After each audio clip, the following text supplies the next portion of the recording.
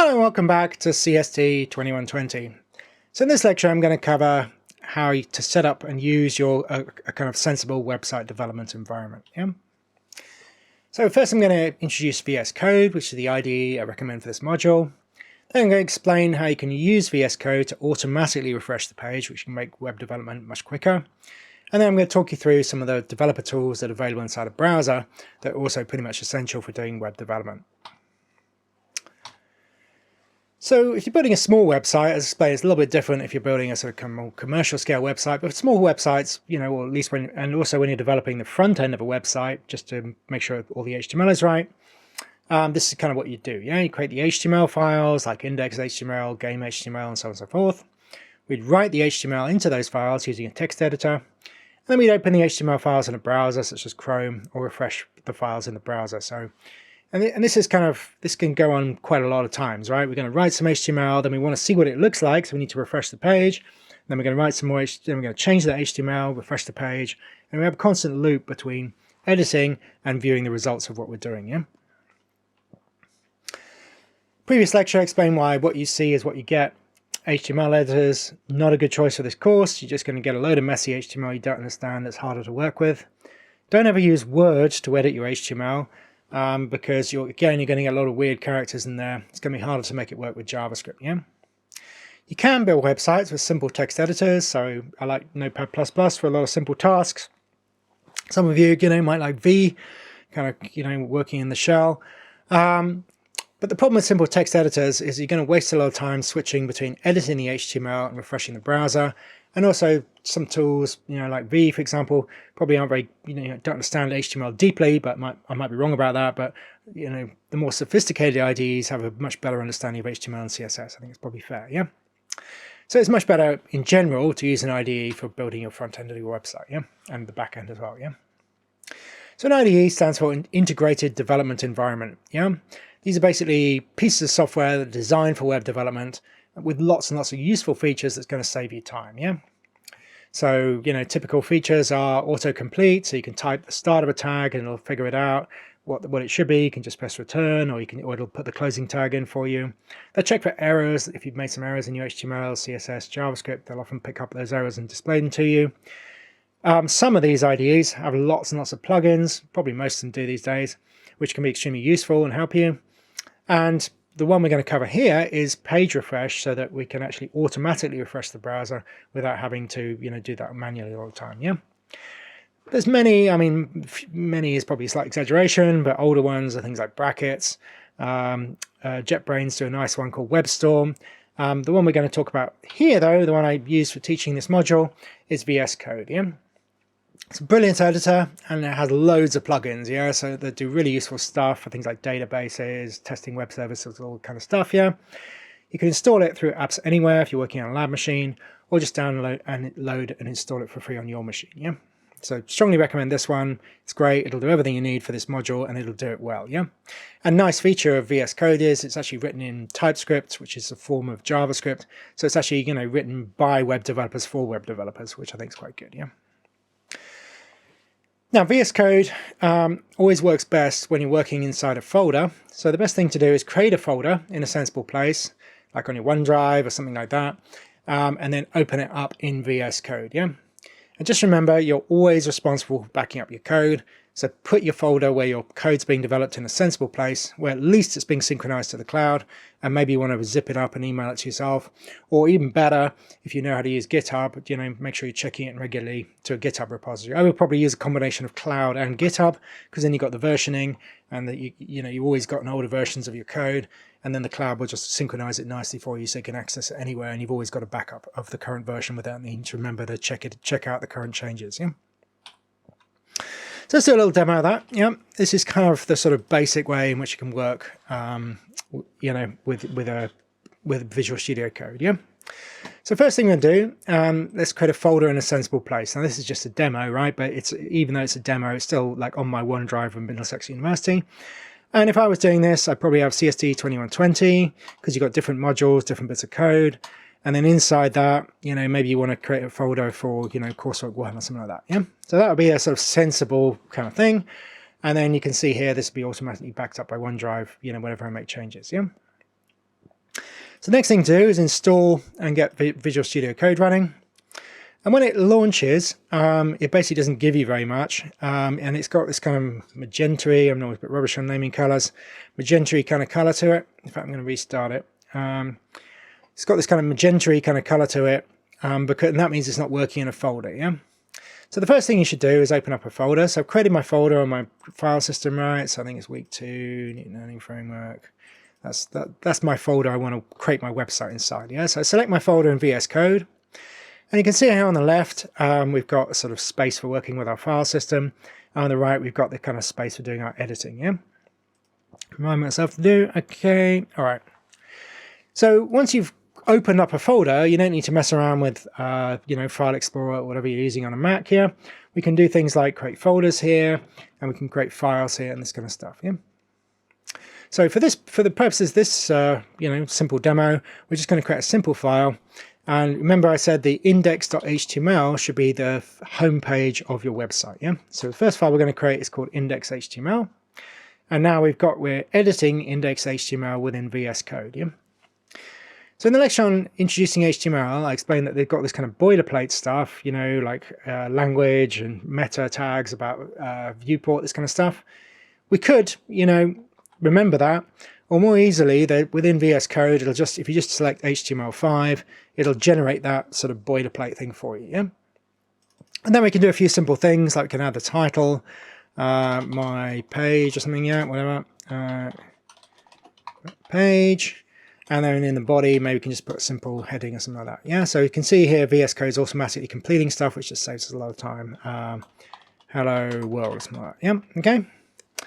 So if we're developing in the sort of simplest way, we might save that HTML file, and now we want to see how the browser renders it, yeah? So then we can go back to where the HTML file is, and we can open it here in Chrome, and then you can see here we've got kind of hello world appearing, yeah? So the kind of laborious way of doing web development is to go to your text thing here and maybe call that hello world with a bunch of 2s. We save it there, we go back to the browser, and we refresh it in the browser, yeah? So that's, one way in which we could do web development, which is, basically is not very efficient and will take quite a bit of time, yeah? So what people normally do, and the best way of doing this, is to set up a live page refresh so that whenever I type some HTML and save it, the browser will automatically be refreshed, and then I can put my editing and my the sort of front-end view through the browser side by side, and then I can type and edit my code and see the changes immediately without having to mess about switching between windows. And if it's an IDE for web development, normally live refresh is supported because that's just such an important and useful feature, yeah? So when you save the HTML file, the browser automatically refreshes the page.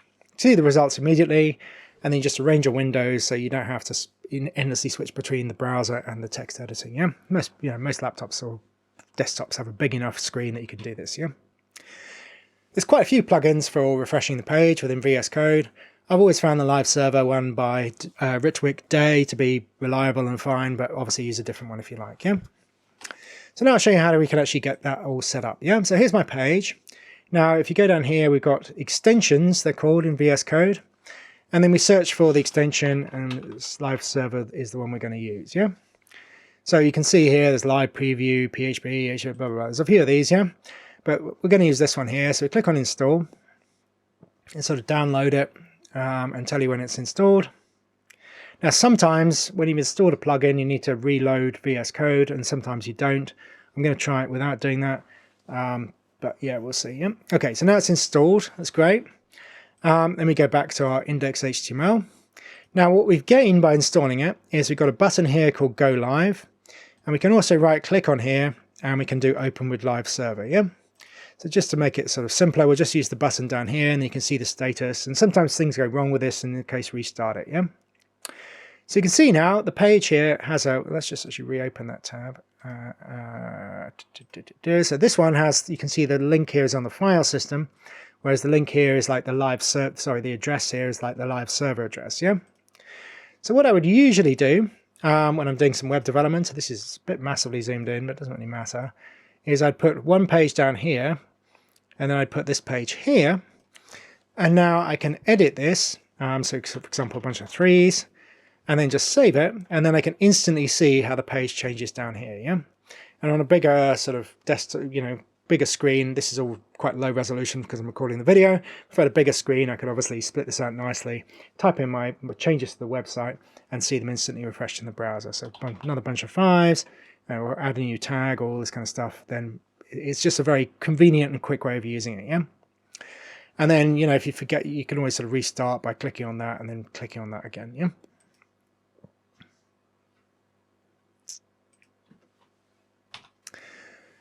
Final thing I want to cover in this video are the browser developer tools, yeah? Most browser development tools that make web development much easier. Remember, the browser's rendering the page, executing the JavaScript, and to do web development properly, you need to see the results of that execution in the browser, yeah?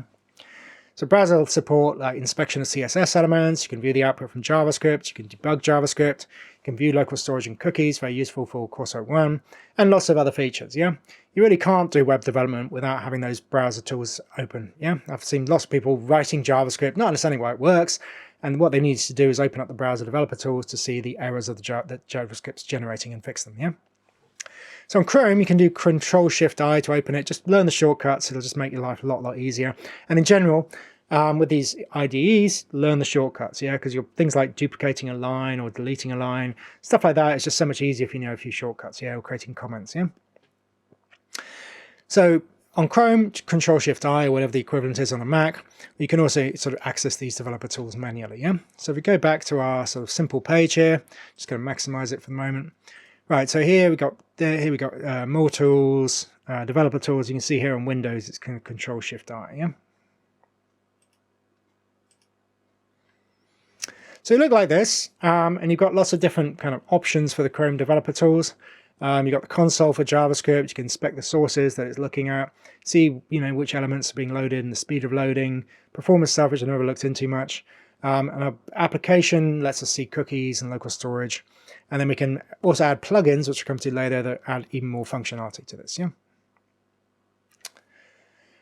So let's just quickly look at the basic ones, and then we'll come back to the other ones, yeah? So for inspection, for example, if I'm doing some fixing of CSS or whatever, I can sort of pick out specific elements and see what style's being applied to them. It's really useful. Console is essential for JavaScript development. You can see JavaScript output with logs and errors, this kind of stuff, and do debugging. Sources, you can see the web page sources. It doesn't matter so much here.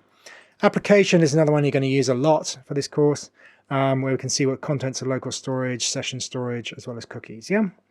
And then you can also add your own ones. I think I've got, where is it? I think elements. I've got a CSS inspector tool here, which is very useful for web scraping, because I can pick out certain parts of the page and see what CSS rules are applied to it, yeah? So those are the kind of built-in ones to Chrome that you just launch, and Firefox has the same, and lots of other browsers have the same thing, yeah? You can also add extra functionality to your browser that change or enhance the browser functionality to support your development work, yeah? So I use some for JSON formatting, CSS selection. So these are basically things that work with Chrome and do certain things to the browser. And you can also write your own plugins. Some of my students often do that for their final year projects, yeah?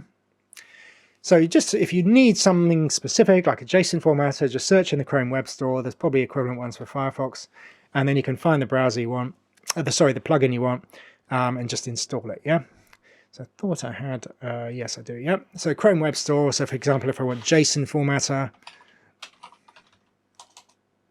so there's a JSON formatter, for example. I've actually installed it already, so I'm not going to bother removing it. But it basically changes messy JSON into nicely formatted JSON, yeah? And there's a plugins sort of button here, so you can see all the ones I've got installed already, yeah? And you can, install or uninstall them as you need, yeah? And you'll find there's quite a few useful ones within Chrome that will just help you a lot with simple tasks of web development, yeah?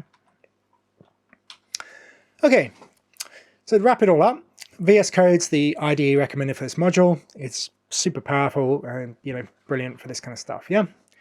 Work within a folder, so create a folder in a sensible place, open the folder within VS Code, do install the live server extension or a similar thing, so automatically refresh the page and speed up your front-end web development. And you'll find that the browser development tools are essential for web development as well. Yeah, you have to be able to see the contents of local storage for this piece of coursework 1. And, you have to be able to do stuff like, pick out elements and check out. You can debug a lot of your CSS problems with the sort of inspection tools, and obviously all the JavaScript console stuff is absolutely essential as well. Yeah, that's it.